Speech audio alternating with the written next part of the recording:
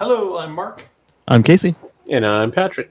and today we're going to talk about driving tests with Tesla and how you can fail. But first, Casey's going to roll that title. I wrote an article about this one. Ooh.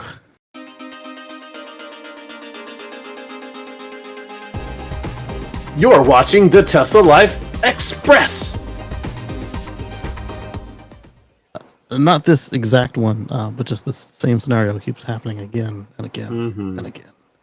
Yeah, I thought we would bring this one up because this article that we'll link in the show notes, this was from my home province of Ontario. So That's the new I was part. kind of surprised that it actually happened here. But this article details about how a young girl with her family went out to get her driver's test done, her Class G driving exam.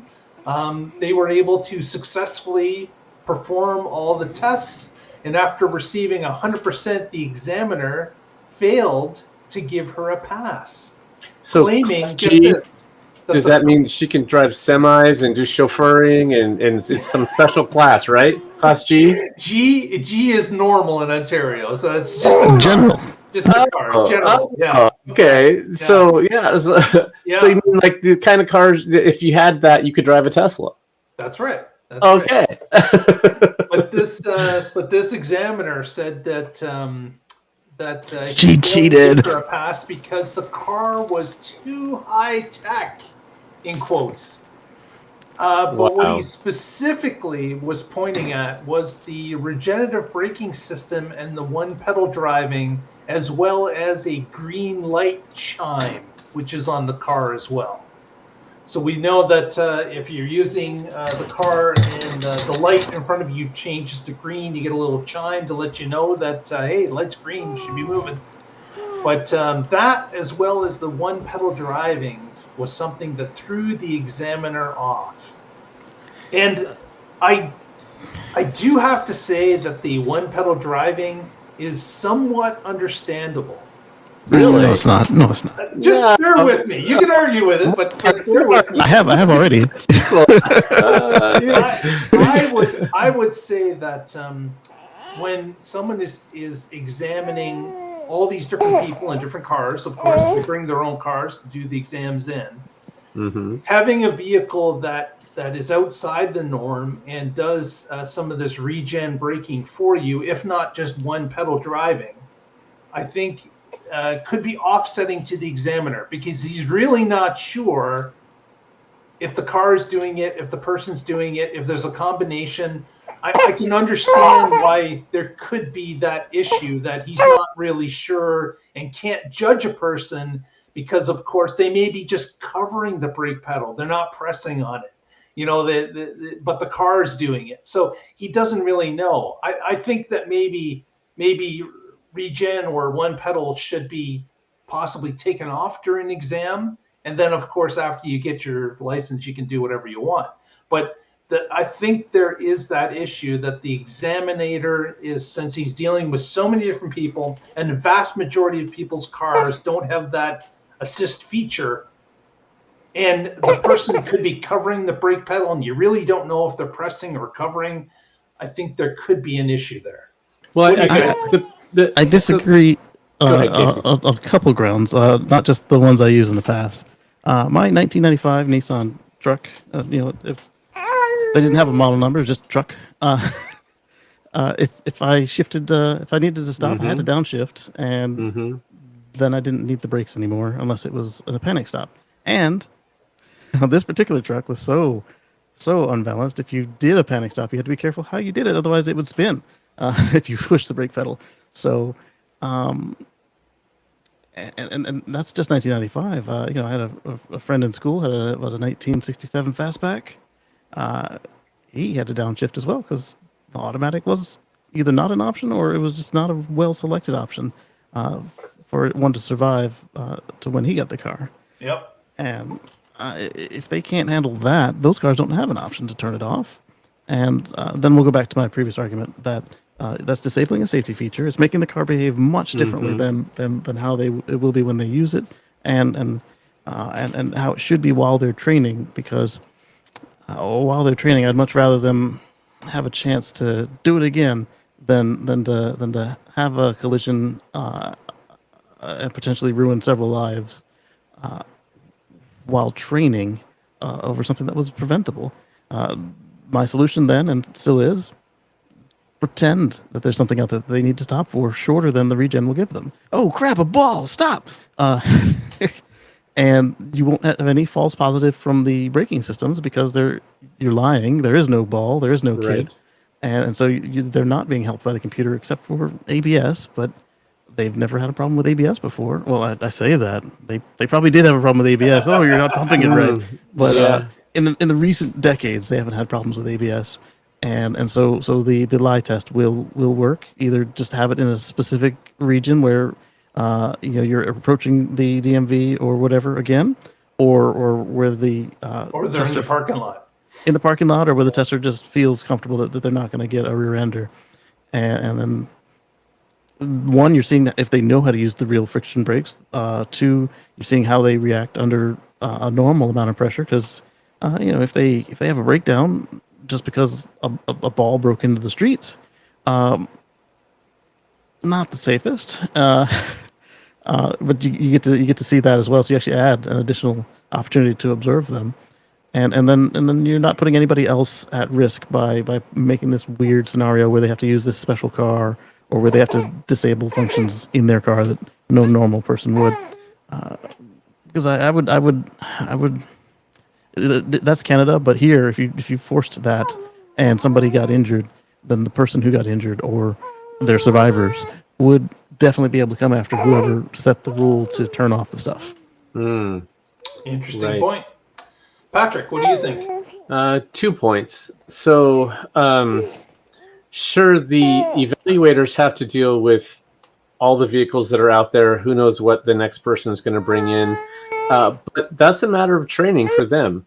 These are modern vehicles. These are modern allowed safety features. And they need to learn how to evaluate the drivers. And if there's certain features like the green light chime, they need to have a list and say, these are not allowed during the test, instead of take the test and then fail you. So that's not right. In fact, in this article that you shared, they said that the driver got a perfect score and yet was still failed. Okay, well, that doesn't work. If Exactly. Yeah, so I taught our teen to drive, and it was in a Tesla. And coming to a stop, at one point I said, "You just failed your driver's test." And they're like, "What are you talking about? I came to a smooth stop, and I have a good distance." I'm like, "Right, but your foot stayed over the accelerator the entire time. If the car in front of you stops short, now you have to move your foot over and then step on the brake.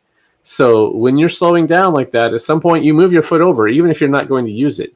And because the person giving you the driver's test is going to be watching your feet when you're in a stopping situation. And if you don't have it on the brake, you're going to fail that test, even if the car can come to a complete stop from one pedal driving. So, I mean, Exactly. that's my guess is what this team did, is that they used one pedal driving, and that means you can just really use that one pedal for most situations, but you have to move your foot over if you're being evaluated for sure. Yeah. Yeah, so they want to know points. that the muscle memory will allow you to use that brake pedal in a situation that requires it. So Right. having your foot just covering the accelerator is not going to do anything for the examiner to know that you know where the brake pedal is and you know how to get your foot over to it. Right. And that's what the emergency stop test proposed will cover, because no matter what their technique is, it will take care of that. I do like your guidance there, Patrick. If your foot is moved over to the correct pedal, you won't have any of these people who have pedal confusion when they get startled and then slam the accelerator instead of the brake. Right. And that's what this article didn't outline as to whether or not this was the situation in this particular one. Maybe it was that they always had their foot over the accelerator, and of course that would make more sense about failing the test. If the foot never left the accelerator area, even though the car was braking on its own. Yeah. There's some argument for that, but then like I said, it's a simple addition to do that, and it works on every car. The green light chime, I think that's a failure of the tester. When you're doing your pre-checks to make sure you're about to get into a car that has brakes and tires and seatbelts, you also could say, hey, reminder to turn off all automation, and you should not be using cruise control or auto steer or blah blah blah, or it's an immediate fail. Right. And he should have immediately failed when he heard the green light chime, not after the fact, after giving a perfect score. Right. Although I don't know what, other than being annoying, what was the green light chime doesn't tell you it's green, it's safe to go. It literally just says it's the same as the person behind you in New York. It's just laying on the horn as soon as the lights turn green. It doesn't mean it's safe Just to a go. little more subtle than the guy behind you in New York. Yeah. Hey, buddy, get over. That would be a funny reason to pass or to fail a test. You failed because the person behind you reminded you to go, even though it had only been 200 milliseconds. even though your foot was already in motion to the pedal and pushing it, and that's exactly how fast the car is with it too, just as fast as the person behind you on the horn. It doesn't. I'm like, you feel me on the pedal. You saw me release the brakes. Stop. No, you didn't. You weren't going. You still weren't fast enough. Exactly.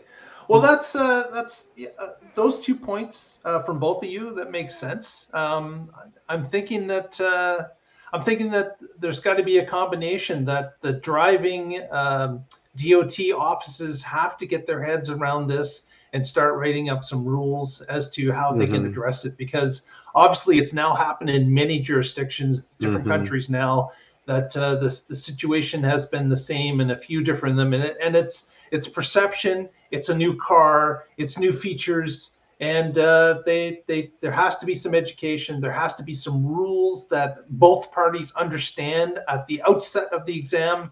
And if everyone can follow those rules, then we can get a successful test done. So I don't think this is going to, kill anybody. Obviously, this is somebody that have failed the test. They'll go back and do it again. But in order for these stories to disappear, everyone's going to have to come to the table, and we're going to have to figure out a standardized way of performing these tests, a little bit different than what's been done in the past.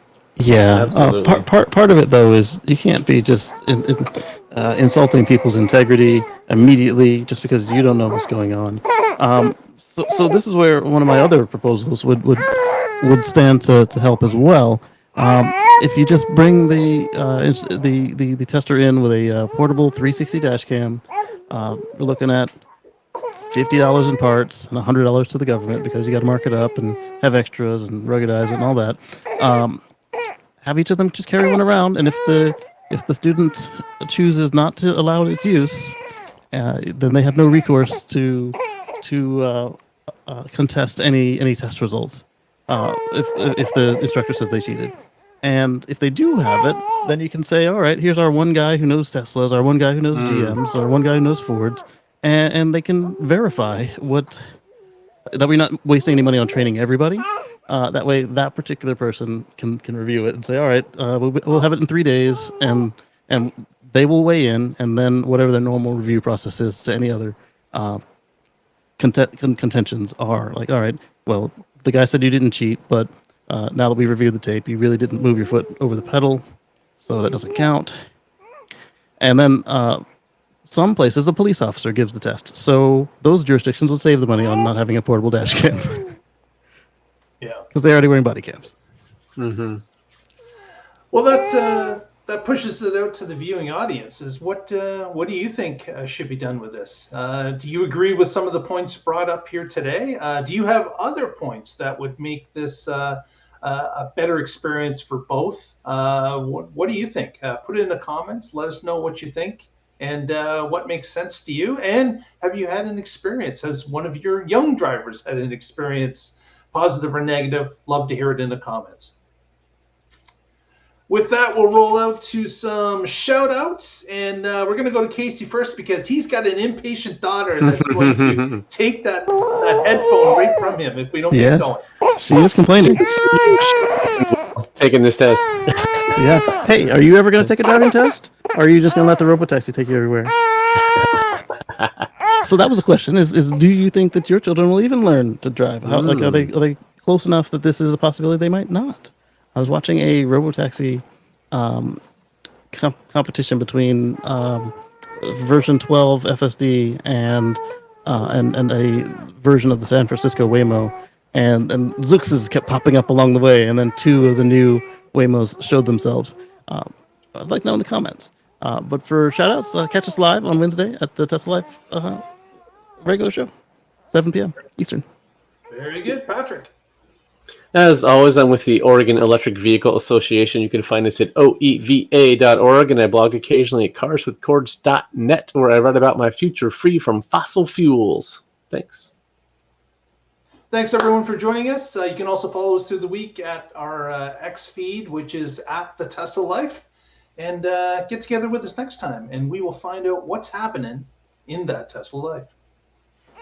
She'll probably be asleep 5 seconds after I turn off these lights. Catch y'all later.